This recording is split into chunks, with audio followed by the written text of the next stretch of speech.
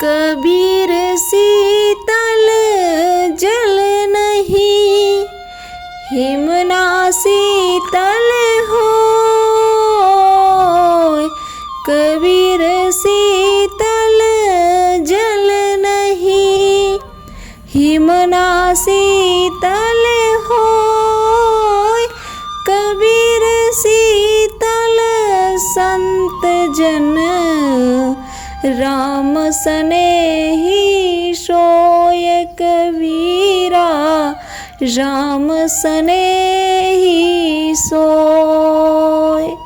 इस प्रसंग में कविवर कबीरदास जी कह रहे हैं कि वैसा शीतल जल नहीं होता और ना बर्फ ही शीतल होती है। वास्तव में स्वरूप राम के प्रेमी संत जन ही शीतल होते हैं। संत मिले जने बिछुरो, बिछुरो यहाँ मम प्राण। संत मिले जने बिछुरो, बिछुरो यहाँ मम प्राण।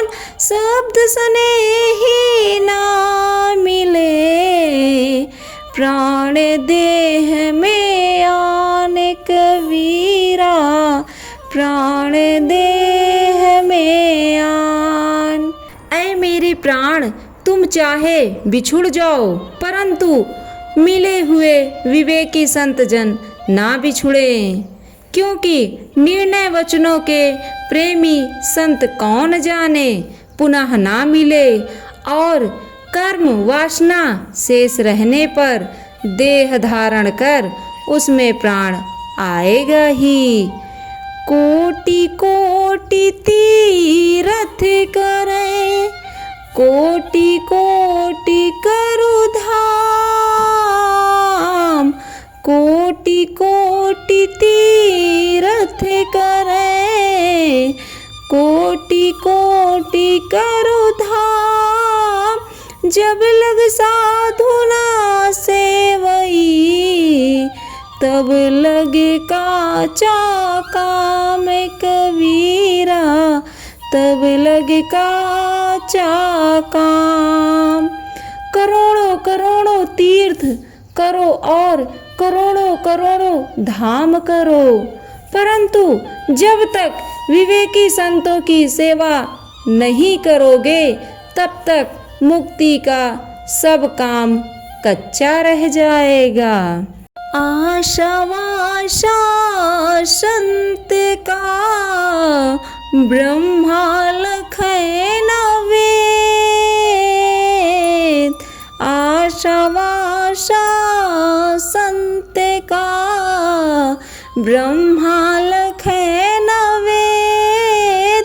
सट दर्शन खटपट करे, बिरला पावे भेद।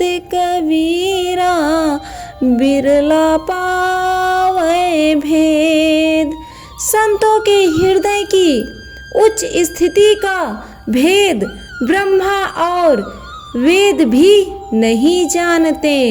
योगी जगमादी सटदर्शनी तो खटपट प्रपंच में पड़े हैं, विरला ही संतों का रहस्य जानता है।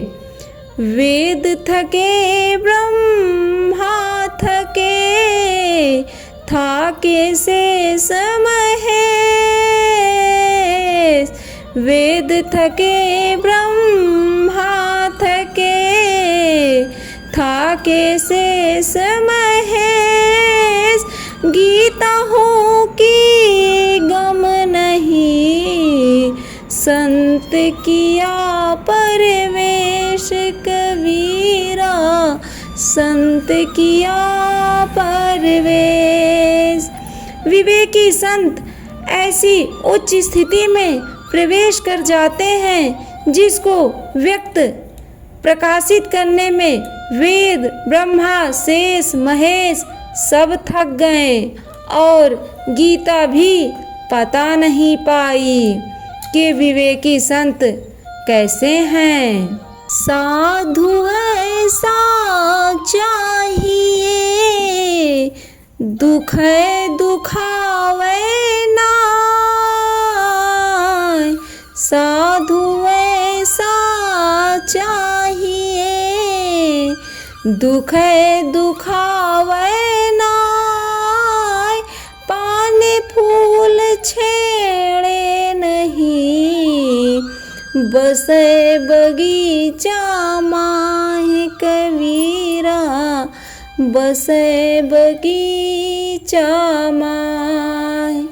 जैसे कोई बगीचा में रहकर भी पत्ते फूल ना तोड़े, वैसे साधु को अपनी ऐसी रहनी बनानी चाहिए कि वह दूसरे की उल्टी क्रिया एवं दुर्वचन से न स्वयं दुखित हो और न दूसरे को किंचित मात्र दुखी करे।